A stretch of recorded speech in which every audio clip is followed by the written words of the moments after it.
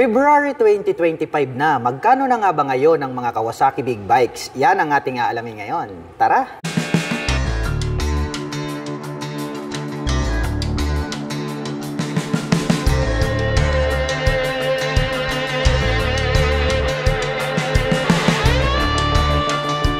Ito po ang pinakabagong Kawasaki Versys 650 2025 version na po ito.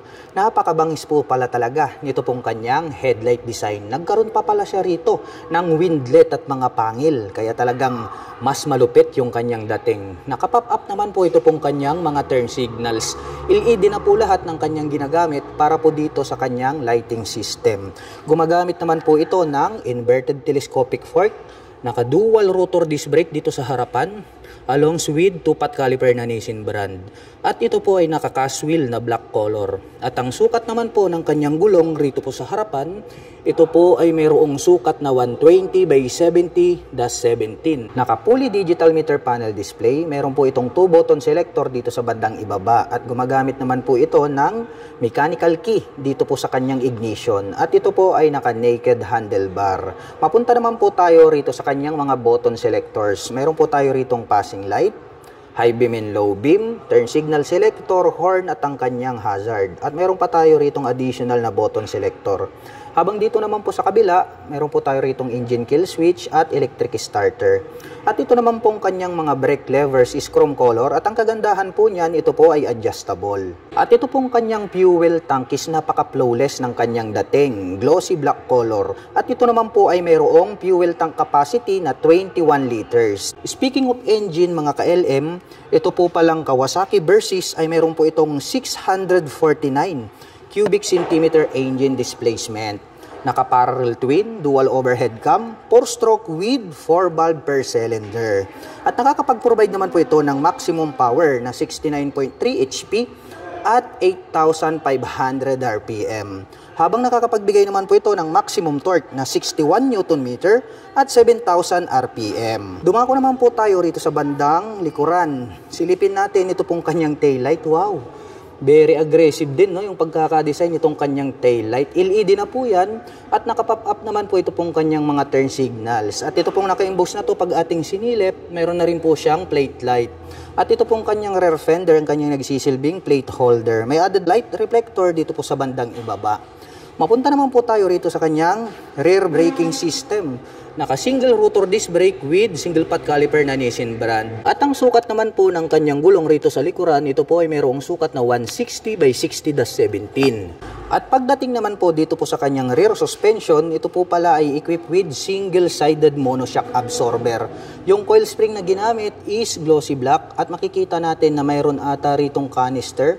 So ibig sabihin ito po ay adjustable. At ito pong kanyang exhaust pipe, grabe, no, almost hide, talagang napaka-porma nito pong kanyang exhaust pipe. Stainless steel po yan at mayroon po itong single exhaust. At matte black color naman po ito pong kanyang die-cast na swing arm. At ang presyo po ng pinakabagong Kawasaki Versys 650 2025 version ay nagkakahalaga po ito ng 512,500 pesos. At kung balak mo naman pong kumuha ng hulugan, ay kailangan mo lang pong mag-down payment dito ng 189,239 pesos. Ito po ang Kawasaki Ninja ZX4RR 2025 version na po ito. Grabe, napakabangis po nito pong kanyang headlight design. Meron naman po itong clear na windshield at dito po nakaposisyon sa bandang harapan ito pong kanyang mga side mirrors. At nandirito naman po sa bandang ibaba ito pong kanyang mga turn signals at ito po ay equipped with inverted telescopic fork para naman po rito sa kanyang front suspension. Gumagamit po ito ng dual rotor disc brake with 2-pot caliper. Glossy black naman po ito pong kanyang cast wheel. At ang sukat naman po ng kanyang gulong rito po sa harapan, ito po ay mayroong sukat na 120 by 70-17. Naka-fully digital meter panel display, naka-mechanical key ang ignition with immobilizer. At ito po ay naka-naked handlebar. At mayroon naman po itong 15 liters na fuel tank capacity. At ito naman po ay mayroong 6-speed manual transmission. Equipped na po ito ng assist slipper clutch at mayroon na din po siyang quick shifter. Ang angas naman po nito pong kanyang upuan. Black color naman po ito pong kanyang seat cover. At ang big bike po na ito ay mayroon pong 401 cubic centimeter engine displacement, naka-liquid cooled, 4-stroke, inline 4. At nakakapag-provide naman po ito ng maximum power na 76.43 HP at 14,000 RPM. Habang nakakapagbigay naman po ito ng maximum torque na 39.6 Nm at 13,200 RPM. Triangle shape naman po ito pong kanyang tail light at nakapop up naman po ito pong kanyang mga LED na turn signals. At ito po pala ay gumagamit ng single rotor disc brake with single pot caliper. Glossy black naman po ito pong kanyang cast wheel. At ang sukat naman po ng kanyang gulong rito po sa likuran, ito po ay mayroong sukat na 160 by 60/17. At mayroon naman po itong single exhaust na stainless steel. At ito po ay equipped with monoshock absorber para naman po rito sa kanyang rear suspension. At ang kagandahan po nito, ito po ay adjustable. At ang presyo naman po ng Kawasaki Ninja ZX4RR 2025 version ay nagkakahalaga po ito ng 502,500 pesos. At kung balak mo naman pong kumuha ng hulugan, ay kailangan mo lang pong mag-down payment ng 185,649 pesos. Ito po ang Kawasaki Ninja ZX6R 2025 version. Mayroon po itong napakabangis na headlight design. Matutulis naman po ito pong kanyang front face cover. At mayroon naman po itong clear na windshield. At dito naman po located itong kanyang mga side mirror sa bandang harapan dahil nga ito po ay isang sports racing bike. At dito naman po sa bandang ibaba, dito po located itong kanyang turn signals. At gumagamit naman po ito ng inverted telescopic fork para po dito sa kanyang front suspension. Showa brand po iyan. At meron naman po itong dual rotor disc brake with 2-pot caliper na Nissin brand. Glossy black naman po ito pong kanyang cast wheel. At ang sukat naman po ng kanyang gulong rito sa harapan ay meron po itong sukat na 120 by 70/17. Naka-fully digital meter panel display, naka-mechanical key ang ignition with immobilizer. At adjustable po pala ito pong kanyang front suspension na Showa brand. At ito naman po ay naka-naked handlebar. At mayroon naman po itong 17 liters na fuel tank capacity. At mayroon naman po itong 6-speed manual transmission with assist in sleeper clutch at mayroon na rin po itong quick shifter. Ang ganda rin po nito pong kanyang upuan. Black color naman po ito pong kanyang seat cover. At ang big bike po na ito ay mayroon pong 636 cubic centimeter engine displacement. Naka 4-stroke, inline 4, dual overhead cam, liquid cooled. At nakakapag-provide naman po ito ng maximum power na 122.3 HP at 13,000 RPM. Habang nakakapagbigay naman po ito ng maximum torque na 68 Nm at 11,000 RPM. Triangle shape naman po ito pong kanyang tail light. Naka-pop up naman po ito pong kanyang mga LED na turn signals. At ito po ay equipped with single rotor disc brake with single pot caliper na Nissin brand. Glossy black naman po ang kulay nito pong kanyang cast wheel. At ang size naman po ng kanyang gulong rito po sa likuran, ito po ay may sukat na 180 by 55/17. At mayroon naman po itong single exhaust. At pagdating naman po rito po sa kanyang rear suspension, ito po ay gumagamit ng monoshock absorber with canister at yan po ay adjustable. Diecast naman po na napakatik ito pong kanyang swing arm. At ang presyo po ng Kawasaki Ninja ZX6R 2025 version ay nagkakahalaga po ito ng 710,500 pesos. At kung balak mo naman pong kumuha ng hulugan ay kailangan mo lang pong mag-down payment ng 260,310 pesos. Ito po ang Kawasaki Z500 SE 2025 version. Mayroon po itong napakalupit na headlight design. Mayroon naman po itong glossy black na visor. Dito naman po located sa bandang itaas, ito pong kanyang mga LED na turn signals. At ito po pala ay equipped with traditional telescopic fork para po dito sa kanyang front suspension. At ito po ay gumagamit ng single rotor disc brake with 2-pot caliper na Nissin brand. At green color naman po ito pong kanyang cast wheel. At may sukat naman po ang kanyang gulong rito sa harapan na 110 by 70/17. Naka-fully digital meter panel display, naka-mechanical key ang ignition at ito po ay naka-naked handlebar. At mayroon naman po itong 14 liters na fuel tank capacity. Sporty looks naman po ang dating nito pong kanyang upuan. Black color naman po ito pong kanyang seat cover. At mayroon naman po itong 6-speed manual transmission with assist in sleeper clutch. At ang big bike naman po na ito ay mayroon pong 451 cubic centimeter engine displacement to be exact. Naka 4-stroke parallel twin liquid-cooled fuel-injected engine. At nakakapag-provide naman po ito ng maximum power na 51.3 HP at 10,000 RPM.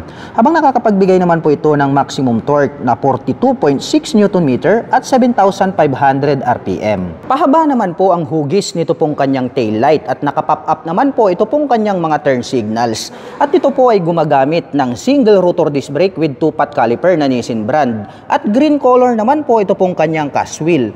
At ang sukat naman po ng kanyang gulong rito sa likuran, ito po ay mayroong sukat na 150 by 60-17. Meron po itong single exhaust at naka monoshock absorber naman po ang kanyang rear suspension. At ang presyo naman po ng Kawasaki Z500 SE 2025 version ay nagkakahalaga po ito ng 359,100 pesos. At kung balak mo naman pong kumuha ng hulugan ay kailangan mo lang pong mag-down payment ng 134,176 pesos. Ito po ang Kawasaki Z900 standard version. Meron po itong napakaangas na headlight design. Dito naman po sa bandang itaas located, ito pong kanyang mga LED na turn signals. Meron din po itong maliit na visor at meron po pala itong split na daytime running light dito sa magkabila. At ito po ay equipped with inverted telescopic fork para po dito sa kanyang front suspension. At ito po ay gumagamit ng dual rotor disc brake na naka-flower design with 2-pot caliper na Nissin brand.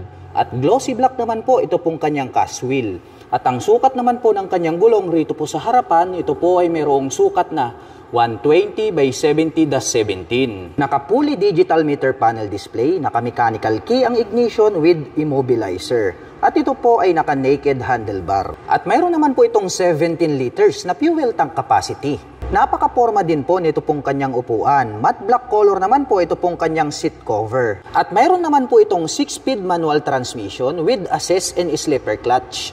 At ang motor po na ito ay mayroon pong 948 cubic centimeter engine displacement.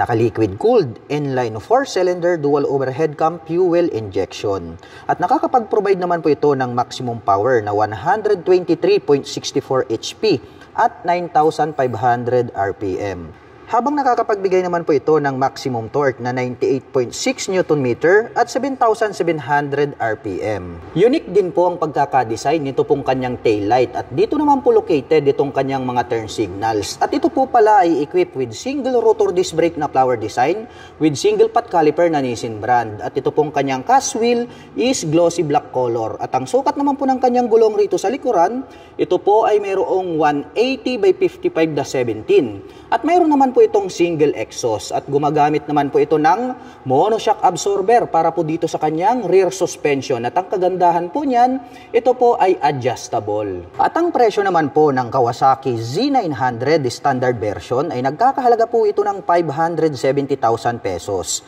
At kung balak mo naman pong kumuha ng hulugan ay kailangan mo lang pong mag-down payment ng 209,519 pesos. Ito po ang Kawasaki ZH2 top of the line sports naked bike. Napakabangis po pala nito pong kanyang headlight design. Matulis po ito pong kanyang front face cover na parang nagkaroon ng pangil dito sa bandang harapan.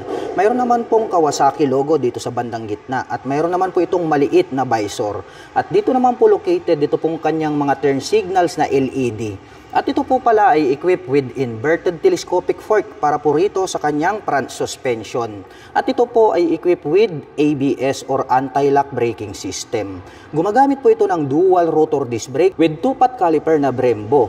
At glossy black naman po ang kulay nito pong kanyang cast wheel. At ang size naman po ng kanyang gulong rito po sa harapan, ito po ay mayroong sukat na 120 by 70-17. Naka-fully digital meter panel display, naka-mechanical key ang ignition, equipped na po yan ng immobilizer. At mayroon naman po itong 19 liters na fuel tank capacity. At bukod dyan, ang kagandahan po nito ay mayroon na po siyang cruise control. At ito po ay naka-naked handlebar. At mayroon naman po itong 6-speed manual transmission. Equipped na rin po ito ng assist and slipper clutch at mayroon na rin po siyang quick shifter. Ang astig din po nito pong kanyang upuan. Black color naman po ito pong kanyang seat cover. At mayroon naman po siyang belt dito sa gitna. At ang Kawasaki ZH2 ay mayroon pong 998 cubic centimeter engine displacement.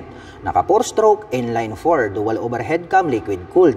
At nakakapag-provide naman po ito ng maximum power na 200 HP at 11,000 RPM. habang nakakapagbigay naman po ito ng maximum torque na 137 Nm at 8,500 RPM. Unique naman po ang pagkakadesign nitong kanyang taillight. Naka-pop up naman po ito pong kanyang mga LED na turn signals. At ito po pala ay gumagamit ng single rotor disc brake with single pot caliper na Nissin brand. Glossy black naman po ang kulay nito pong kanyang cast wheel. At ang sukat naman po ng kanyang gulong rito po sa likuran, ito po ay mayroong sukat na 190 by 55-17. At mayroon naman po itong mapormang exhaust pipe at gumagamit po pala ito ng monoshock absorber para po dito sa kanyang rear suspension at ito po ay adjustable. At ang presyo naman po ng Kawasaki ZH2 ay nagkakahalaga po ito ng 923,500 pesos. At kung balak mo naman pong kumuha ng hulugan ay kailangan mo lang pong mag-down payment ng 336,767 pesos. Ito po ang pinakabagong Kawasaki Z1000R 2025 version. Napakabangis po pala nito pong kanyang headlight design dahil gumagamit po ito ng 4 na projector lights para po dito sa kanyang high beam and low beam. Naka-pop up naman po ito pong kanyang mga LED na turn signals at mayroon naman po siyang little visor dito sa bandang itaas. At ito po pala ay equipped with inverted telescopic fork para po dito sa kanyang front suspension. Showa brand naman po yan at equipped na rin po pala ito ng anti-lock braking system.